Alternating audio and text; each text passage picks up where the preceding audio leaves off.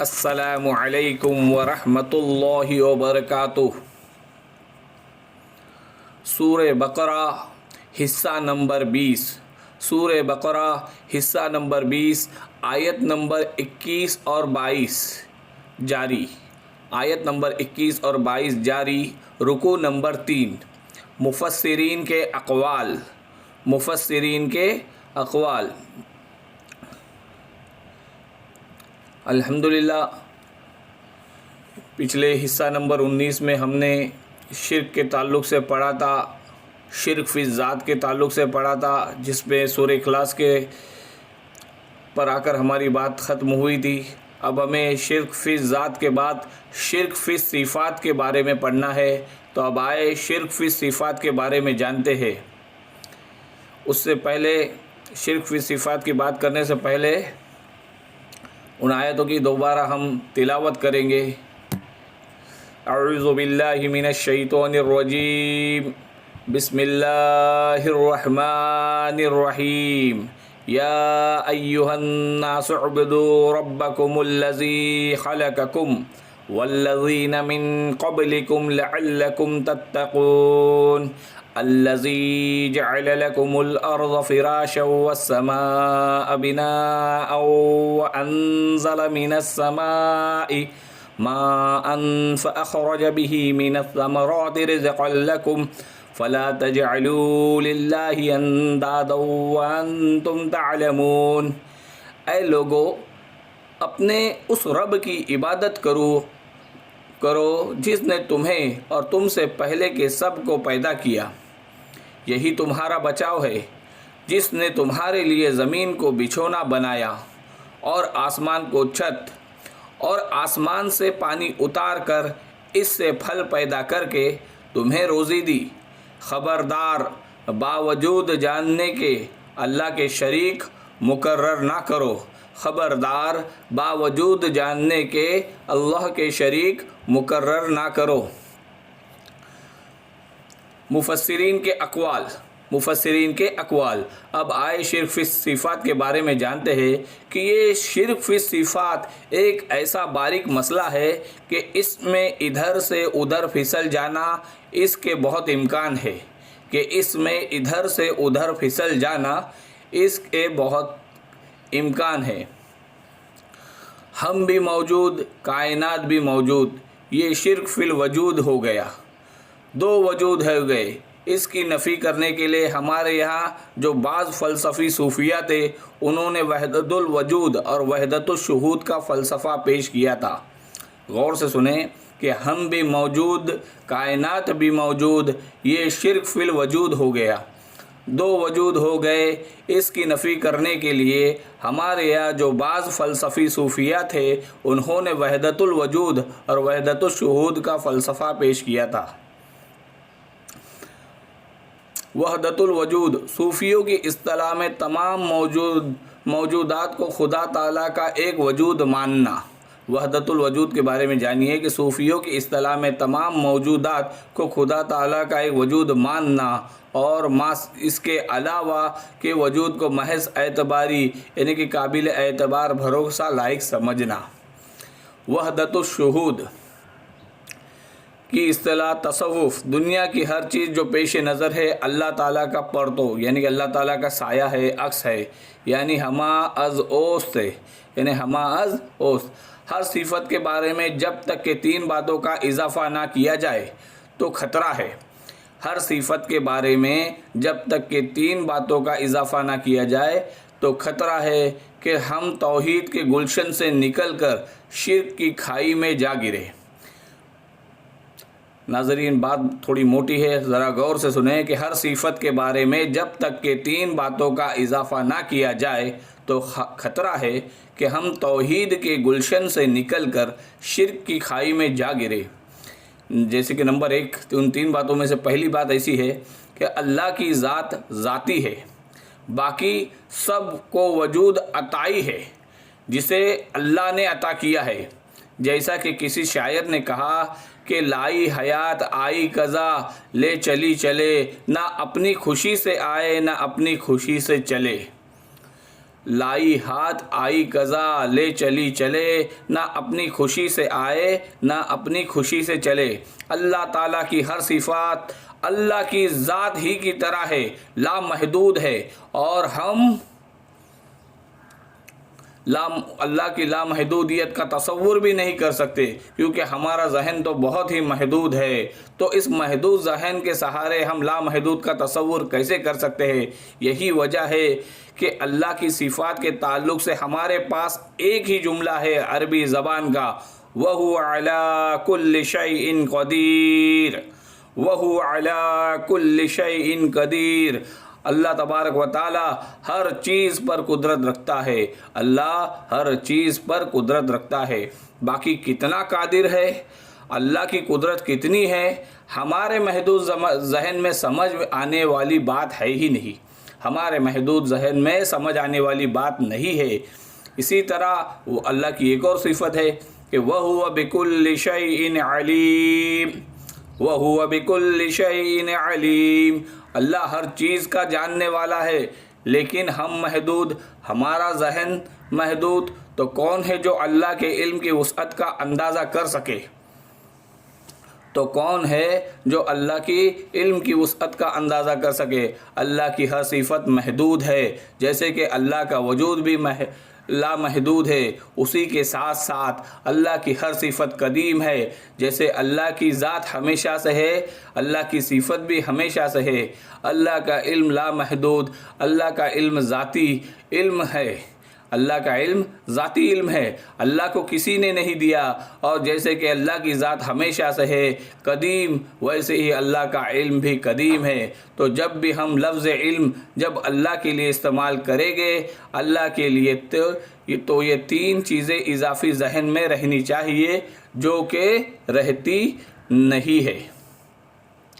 ناظرین، یہ بات تھوڑی موٹی ہے، لیکن ایک انداز میں اس کو سمجھایا جاتا ہے کہ جیسے میں آپ کو ایک مثال کے طور پر سمجھانا چاہتا ہوں کہ اگر کوئی اللہ تبارک و تعالیٰ کی بندہ ہے، اللہ تبارک و تعالیٰ کی تعریف کرتا ہے، اور تعریف میں کہتا ہے اپنے دوستوں کو، اپنے قریب والوں کو کہ ہمارا علم تو بہت ہی معمولی سا ہے، اللہ کا علم تو اللہ تبارک و تعالیٰ کا ہی علم ہے جو بہت زیادہ ہے، ہمارا علم اللہ کے علم کے سامنے کچھ بھی نہیں ہے۔ اس طرح وہ بندہ اپنے اللہ کی تعریف کرتا ہے، لیکن پھر بھی وہ بندہ اللہ کی تعریف ویسی نہیں کرتا جیسی اسے کرنی چاہیے۔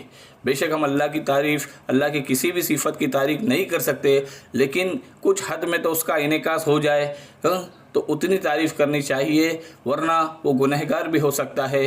یعنی کہ وہ تعریف تو کر رہا ہے پر ٹھیک سے نہیں کر رہا ہے، اپنی حد کے اندر رہ کے کر رہا ہے۔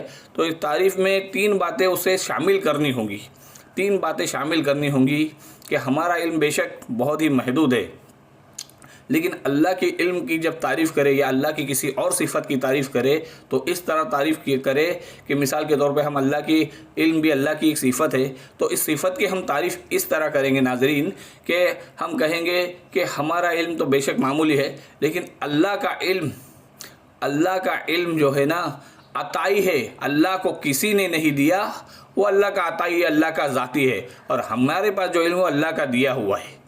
ایک بات تو یہ ہو گئی۔ اب دوسری بات اسے ایک اور شامل کرنی ہوگی کہ اللہ کا علم لامحدود ہے۔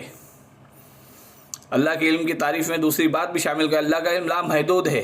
ہمارے علم کی حد ہے کہ بس شروع ہوتے ہی ختم ہو گیا، اللہ کا علم لامحدود ہے، جس کا کوئی کنارہ نہیں، جس کی کوئی تہ نہیں۔ وہ ایسا علم کا سمندر ہے کہ اس سمندر کا کوئی کنارہ نہیں، اور اس سمندر کی کوئی تہ نہیں کہ جہاں پہنچا جائے، جہاں تک رسائی ہو جائے، اس سمندر کی تہ ہے ہی نہیں، ان سمندروں کے کنارے ہے ہی نہیں۔ تیسری بات یہ شامل کرنی ہوگی کہ ہمیں علم ملا جب ہم نے اپنے ذہن کو سنبھالا، ہمیں شعور آیا تو ہمیں کچھ علم ملا، اور پھر ایک وقت آیا کہ ہماری عمر ہو گئی تو ذہن نے ساتھ دینا چھوڑ دیا، تو علم دھیرے دھیرے ہمارے دماغ سے اتنا نہ رہا، اتنی باتیں ہمیں یاد نہ رہی، اتنا علم ہمیں یاد نہ رہا۔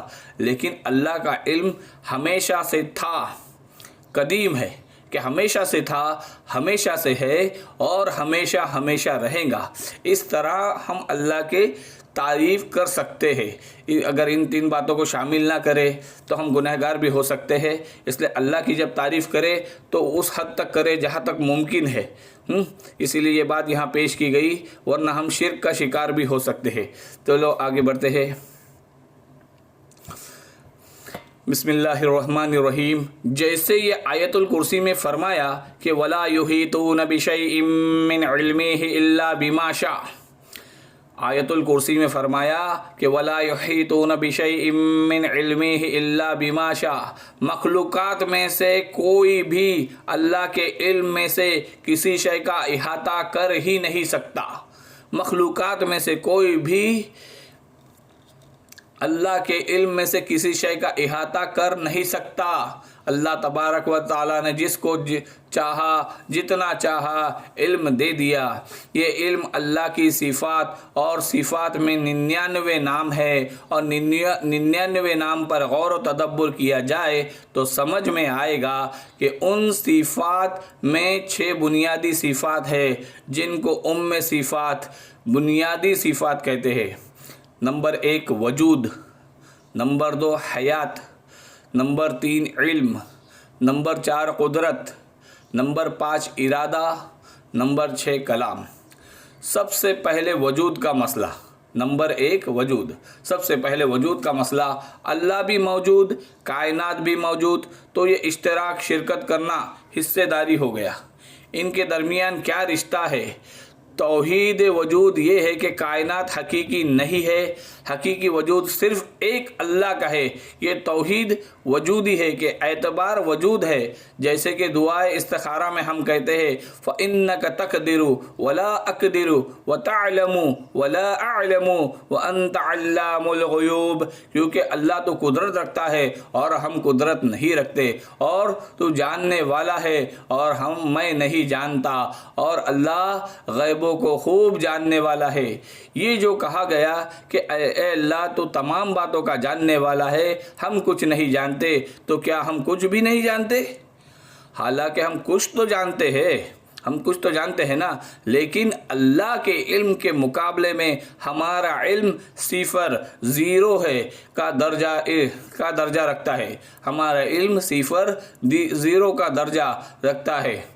اس پر یہ کہ ہمارا علم اللہ ہی کا دیا ہوا علم ہے۔ اللہ نے ہمیں کچھ نہ کچھ قدرت بھی دی ہے جس سے ہم اعمال کرتے ہیں، لیکن اللہ کی قدرت کے مقابلے میں ہماری قدرت 0 ہے، 0 ہے، اور وہ قدرت بھی اللہ ہی کی دی ہوئی ہے، اور اللہ کے وجود کے مقابلے میں ہمارا وجود بھی 0 ہے، 0 ہے، اور وہ وجود بھی اللہ ہی کا دیا ہوا ہے۔ وجود حق صرف اللہ کا ہے، وجود حق صرف اللہ کا ہے۔ ہمارا وجود اعتباری ہے، اس کی کوئی حیثیت نہیں۔ فلسفہ وجود جو بڑے مشکل مسائل میں سے ایک ہے، فلسفہ وجود جو بڑے مشکل مسائل میں سے ایک ہے، اور سمجھ لو کہ یہ مسئلہ فلسفے کا مسئلہ ہے، کوئی مذہب کا مسئلہ نہیں ہے، دین کا مسئلہ نہیں ہے۔ اسی طرح ہمارے یہاں علم غیب کو لے کر کئی اختلافات ہے کہ علم غیب ہے یا نہیں، دیا ہے تو کیا مکمل دیا ہے یا نامکمل دیا ہے، وغیرہ وغیرہ۔ یہ سب باتیں جھگڑوں کی وجوہات بنی ہوئی ہے اور نا اتفاقی کی وجوہات بنی ہوئی ہے۔ سب سے پہلے ہمیں غیب کے معنی کو سمجھنا ہوگا۔ غیب اسے کہتے ہیں جو ہماری نگاہوں سے اوجھل ہے، جیسے کہ کرامن کاتبین، یہ دونوں فرشتے موجود ہیں ہمارے کندھوں پر، لیکن ہماری نگاہوں سے اوجھل ہے۔ اللہ تبارک و تعالی بتاتا ہے ہمارے آگے پیچھے حفاظت والے فرشتے چل رہے ہیں جو ہماری حفاظت کرتے رہتے ہیں۔ فرشتے ہر جگہ، ہر آن ہیں، تو اس اعتبار سے فرشتہ غیب ہے، لیکن ہم دیکھ نہیں سکتے، ہماری نگاہوں سے اوجھل ہے، اسی لیے تو غیب ہے۔ روح الامین حضرت جبرائیل علیہ السلام قرآن سناتے تھے، اور روح محمدی صلی اللہ علیہ وسلم اسے سنتی تھی۔ مشہور شاعر جگر مراد آبادی، ان کے بارے میں کہا جاتا ہے کہ یہ بہت ہی زیادہ شراب پینے والی شخصیت تھی، لیکن ایک وقت آیا کہ جگر نے اللہ کی توفیق سے توبہ کر لی، ایک وقت آیا کہ جگر نے اللہ کی توفیق سے توبہ کر لی، اور اس کے بعد ایک دفعہ جو شاعری کی ہے وہ بڑی عجیب و غریب شاعری کی ہے، وہ بڑی عجیب و غریب شاعری کی ہے۔ پتہ نہیں اس وقت جگر مراد آبادی صاحب کس کیفیت میں ہوں گے جو اتنا زبردست شعر بنا لیا۔ جو ہم ابھی آپ کے سامنے عرض کرتے ہیں وہ شعر یہ ہے کہ نغمہ وہی نغمہ جس کو روح سنے اور روح سنائے، نغمہ وہی نغمہ جس کو روح سنے اور روح سنائے، وہ نغمہ قرآن روح الامین نے سنایا اور روح محمدی صلی اللہ علیہ وسلم نے سنا۔ جہل خرد نے دن یہ دکھائے، گھٹ گئے انسان بڑھ گئے سائے، نغمہ وہی نغمہ جس کو روح سنے اور روح سنائے۔ جہل خرد انسان کی عقل کی جاہلیت، جیسے جدید فلسفہ ترین نظریہ، ویسے تو سمجھنے والوں نے سمجھا قومیت ہے، عقلیت ہے، لیکن ہے جہالت کہ شب معراج میں نبی اکرم صلی اللہ علیہ وسلم جنت کی سیر کر لی، جہنم کو دیکھ لیا، یہ ساری چیزیں ہمارے لیے غیب ہے۔ اللہ کے لیے کچھ بھی غیب نہیں ہے، اللہ تبارک و تعالیٰ کے لیے کچھ بھی غیب نہیں ہے، اللہ کے لیے غیب کا سوال ہی نہیں بنتا۔ جب اللہ تبارک و تعالیٰ کہتا ہے عالم الغیب والشہادہ، تو ہمارے لیے ہمارے اعتبار سے کہتا ہے جو چیزیں ہمارے لیے غیب ہے اللہ ان کا بھی جاننے والا ہے، اور جو ہمارے لیے موجود ہے جو تم سامنے دیکھ سکتے ہو، چاہے اسے دیکھنے کے لیے ہم نے دوربین کا سہارا لے لیا ہو یا ٹیلی اسکوپ کا سہارا لے لیا ہو، جس سے ہمارے آنکھ کی دیکھنے کی صلاحیت بڑھ گئی، اور پھر مائکروسکوپ کا استعمال کیا ہو تو اس سے بھی ہمارے آنکھ کی دیکھنے کی صلاحیت بڑھ گئی۔ بہرحال ہے تو یہ ہمارے اپنے حواس خمسہ، یعنی کہ دیکھنے، سننے، چکھنے، سمجھنے وغیرہ کی طاقت ہے، تو یہ ہمارے حواس خمسہ، چھونے کی طاقت وغیرہ۔ ہمارا علم تو اتنا ہی رہے گا جو امور ان حواس خمسہ کی گرفت میں آ سکے، جو امور ان حواس خمسہ کی گرفت میں آ سکے اتنا ہی ہمارا علم رہے گا، لیکن ان سے جو ماورا ہے، یعنی حواس خمسہ سے جو ماورا ہے، یعنی کہ ان سے بہت دور ہے، جیسے کہ عالم امر، اور ایک ہے عالم خلق۔ ہمارا سائنس، ہمارا علم، ہمارا مطالعہ وہ عالم خلق سے متعلق ہے، اور عالم امر سے تو کچھ تعلق ہی نہیں ہے۔ عالم امر سے تعلق رکھنے والے فرشتے ہیں، انسان کی روح ہے، اور یقیناً اللہ تعالیٰ اس غیب کے علم کا کچھ حصہ انبیاء علیہ السلام کو بھی دیتا ہے، تو وہ نبی بنتے ہیں، ورنہ عام انسانوں اور نبی میں کیا فرق رہ گیا، کیا فرق ہوا؟ ہمارا علم بالحواس ہے، علم بالعقل ہے، لیکن انبیاء علیہ السلام کا علم بالحواس ہے، اور علم بالعقل کے ساتھ ساتھ علم بالغیب بھی ہوتا ہے، لیکن اتنا ہی علم غیب جتنا اللہ نے اپنے نبیوں کو دیا ہے۔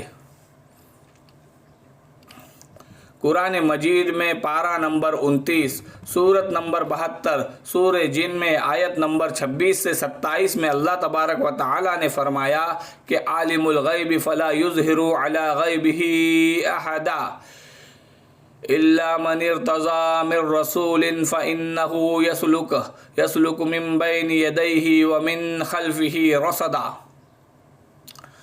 اللہ عالم الغیب اپنے غیب کے اوپر مطلع نہیں کرتا کسی کو بھی سوائے رسولوں کے، جتنا چاہے دے۔ اللہ عالم الغیب ہے، غیب کے اوپر مطلع نہیں کرتا، یعنی کہ عطا نہیں کرتا، اطلاع نہیں کرتا کسی کو بھی سوائے رسولوں کو، جتنا چاہے دے۔ ایک جگہ فرمایا کہ اسی طرح ہم ابراہیم کو دکھاتے رہے، آسمانوں کی اور زمینوں کی ملکوت کی سیر کرائی۔ نبی کے معنی ہے ہی خبر دینے والا، نبی کے معنی ہے ہی خبر دینے والا، اور نبی ہمیں غیب کی ہی خبریں دیتے ہیں۔ یقیناً عالم الغیب اللہ کے علم میں سے کچھ حصہ پاتے ہیں تو ہی نبی بنتے ہیں، ورنہ نبی ہونے کا کیا سوال۔ نبیوں کے علم غیب کے بارے میں کچھ باتیں جان لینا چاہیے کہ نبیوں کا علم غیب یہاں تک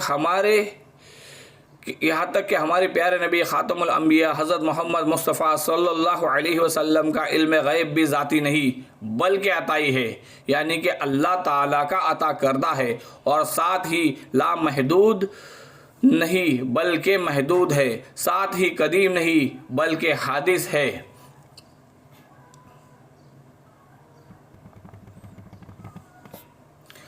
انبیاء کے علم غیب کے بارے میں مذکورہ بالا 3 باتیں جاننے کے بعد یہ کہنا کہ کیا معلوم تھا کیا نہیں تھا، یہ حدود سے تجاوز کرنا ہے۔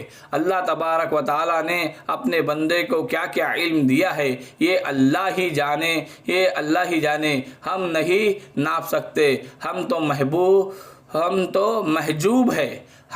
محجوب ہے، پردے میں ہیں، اوٹ میں ہیں۔ عالم الغیب میں ہمارا گزر ہی نہیں ہے، عالم غیب میں ہمارا گزر ہی نہیں ہے، ہماری نگاہوں سے اوجھل ہے، ہمارے حواس خمسہ سے بہت دور ہے، لیکن پھر بھی اس علم غیب کی وضاحت کر لی گئی۔ اس کو لے کر بڑے معرکے ہیں، مناظرے ہیں، بڑی بحثیں ہیں، تو یہ سمجھ لیجئے کہ یہ معرکے، مناظرے، بحثیں اس شرک اور توحید کی صفات کی ضمن میں آتی ہے۔ ہم اسی پر قیاس کرتے چلے جائیں تو باقی تمام صفات کا معاملہ بھی یہی ہوگا کہ جو صفت اللہ کی ہے وہ اللہ کی ذاتی ہے، جو صفت اللہ کی ہے وہ اللہ کی ذاتی ہے، کسی کی عطا کردہ نہیں۔ جیسے اللہ کی ذات غیر محدود، اللہ کی صفات بھی غیر محدود۔ جیسے اللہ کی ذات قدیم ہے، اللہ کی صفات بھی قدیم ہیں۔ تو جملے مخلوقات کے جملے صفات عطائی ہے، عطائی ہے، اللہ کی دی ہوئی ہے۔ جیسے مخلوقات کا وجود عطائی ہے اور لامحدود نہیں ہے، محدود ہے، بالکل اسی طرح مخلوقات کی صفات بھی حادث ہے، قدیم نہیں ہے، یعنی کہ ایک وقت پر ختم ہونے والی ہے، فانی ہے، ختم ہو جانے والی ہے، محدود ہے۔ مذکورہ بالا یہ باریک سی باتیں ہیں، یہ 3 باتیں ذہن میں رہے اور ذہن میں رکھ کر اس پر مضبوطی سے عمل کیا جائے تو ہم انشاءاللہ تعالی شرک سے محفوظ رہیں گے۔ اللہ تعالی شرک سے ہماری حفاظت فرمائے اور توحید کے خزانوں سے مالا مال فرمائے، یقین کو کامل کرے، ایمان کو مضبوط کرے، شیطان ملعون و مردود سے ہماری حفاظت فرمائے۔ اللہ تعالیٰ بغیر حساب کتاب کے ہمیں نقد جنت میں داخل فرمائے، قیامت کے خوفناک دن کو ہمارے لیے خوبصورت دن بنائے، اپنے عرش کے سائے میں جگہ عطا فرمائے۔ اللہ تعالیٰ قبر کو نور سے بھر دے، قبر کو جنت کا باغ بنائے، آمین یا رب العالمین۔ وآخر الدعوانا عن الحمدللہ رب العالمین۔